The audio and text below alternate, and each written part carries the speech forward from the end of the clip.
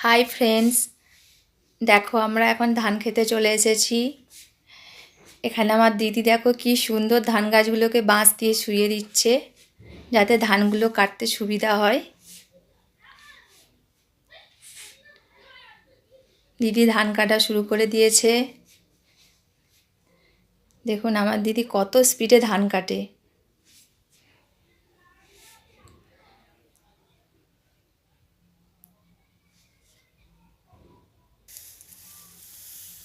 কি সুন্দর লাগছে দেখুন বন্ধুরা, কি সুন্দর রোদ্দুর পড়েছে ধান গাছের ওপর। পুরো মাঠটা যেন সোনালি লাগছে। প্রায় জমিতেই ধান কাটা শুরু হয়ে গেছে। আমি অনেক দিন পরে মাঠে আসলাম। দেখুন ওইদিকে সূর্যের রশ্মিটা মাঠে কি সুন্দরভাবে পড়েছে।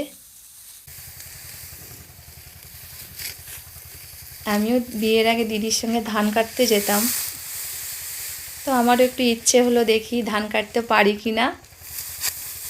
আমি একটু ধান কাটতে গেলাম, দেখলাম যে না, কাটতে পারছি, অসুবিধা অতটা হচ্ছে না, মনে আছে সব। আমার দিদি অনেক স্পিডে ধান কাটে, সমস্ত কাজই ওর স্পিড।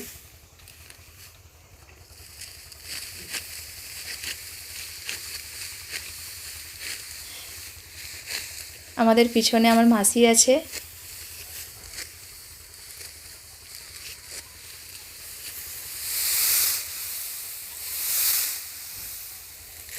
আবার দিদি কিছুটা ধান গাছগুলোকে শুইয়ে দিল ধান কাটার সুবিধার্থের জন্য, যাতে মুখে ধান গাছগুলো এসে না পড়ে।